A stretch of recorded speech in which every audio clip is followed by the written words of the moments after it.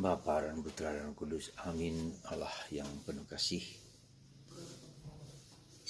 Kami bersyukur bahwa Roh Kudus Kau kirim kepada kami supaya kami semakin menyerupai Yesus Putramu.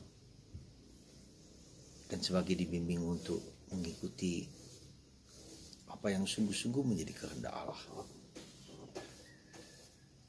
Karena hanya Allah yang dapat membimbing kami kepada kebersatuan dengan Allah Tritunggal Maha Kudus. Roh Kudus dalam diri kami yang mengerti kehendak Allah. Bantu kami untuk hidup dalam Roh Kudus, Roh Allah sendiri. Terpujilah namamu kini dan sepanjang segala masa. Amin. Para saudara, hari ini gereja merayakan Santo atau Santa Teresa Avila. Santa Teresa dari Yesus. Seorang pujangga gereja yang sangat berpengaruh di dalam gereja sebagai pujangga yang ajaran-ajaran hidup rohaninya, hidup doanya sungguh diikuti dan oleh banyak orang hingga mempengaruhi banyak orang, banyak umat. Kita lihat sebentar beberapa aspek dalam diri Teresa yang mungkin bisa tercermin dalam hidup kita dan kita laksanakan. Semangatnya akan Yesus begitu membara. Itu bisa kita lihat di dalam awal kehidupan ketika dia masih kecil. Dia bersama abangnya ingin pergi ke orang Amur supaya menjadi martir. Tapi beruntunglah ada pamannya yang tahu kehendak niat tulus mereka, lalu dibawa pulang. Tapi bagi saya, bagi kita semua, bahwa kemembaraan hati yang membara akan Kristus itulah yang mungkin menjadi pegangan, menjadi sentral dari kehidupan rohani Santa Teresa.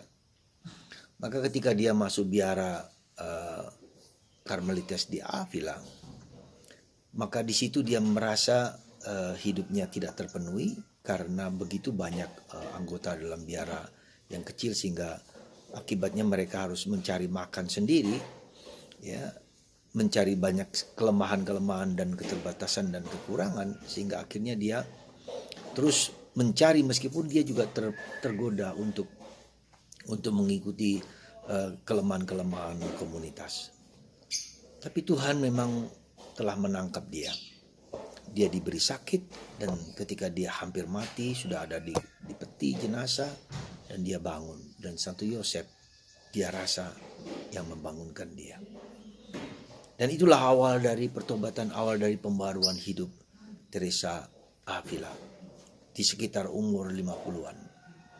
Saudaraku terkasih dalam Kristus, ada sesuatu kata kalimat yang menurut saya penting kita sadari adalah soul searching. Hati yang mencari, jiwa yang mencari, ya, ketidakberdayaan, ketidakkerapuhan, ketidakmampuan, itu adalah bagian dari soul searching. Jiwa yang tak dapat dan tak mampu, tak puas dengan apa yang ada. Dan itu yang dicari oleh Teresa Avila dalam hidupnya.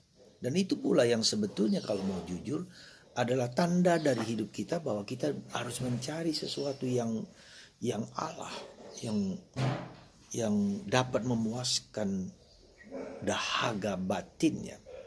Karena itu ketika Teresa Avila sudah menemukan di dalam Yesus, dia mengatakan God is enough. Allah saja cukup. Allah saja cukup. Dan itu yang mungkin harus menjadi pertanyaan dan pergulatan kita. Allah saja cukup. Ya. Tidak ada sesuatu pun di luar Allah yang tidak mencukupi hati kita. Karena Allah adalah pemilik segala-galanya. Dan pemilik segala-galanya itulah adalah kebijaksanaan yang dalam kitab kebijaksanaan dilukiskan itu begitu indahnya. Ketika kita memiliki kebijaksanaan, kita memiliki segala-galanya. Ketika kita memiliki Allah, kita memiliki segala-galanya. Karena itulah saudaraku terkasih dalam Kristus, semoga Anda dan saya dan kita semua memiliki soul searching, jiwa yang mencari, jiwa yang mendambakan, ya, merindukan kapan, bagaimana dan seterusnya. Semoga ketika kita sendiri merasa kekurangan, ketika kita sendiri merasa ketidakberdayaan, disitulah kita mencari Tuhan dan tidak pernah putus asa. Dan bagaimana mencari Tuhan? Ya, tidak ada cara lain kecuali berdoa. Tentu saja doa kita haruslah doa yang tidak sekedar berdoa, tapi doa yang sungguh-sungguh dijalani dan diberi waktu yang cukup untuk berdialog dengan Tuhan. Doa bagi Teresa adalah conversation with God, suatu percakapan dialog antara dua orang sahabat. Dan itu bisa kita lihat ketika Teresa memberikan contoh dalam percakapan wanita Samaria dengan Yesus di sumur Yakub. Ada dialog, ada komunikasi. Ketika Yesus mengatakan, berikan aku air.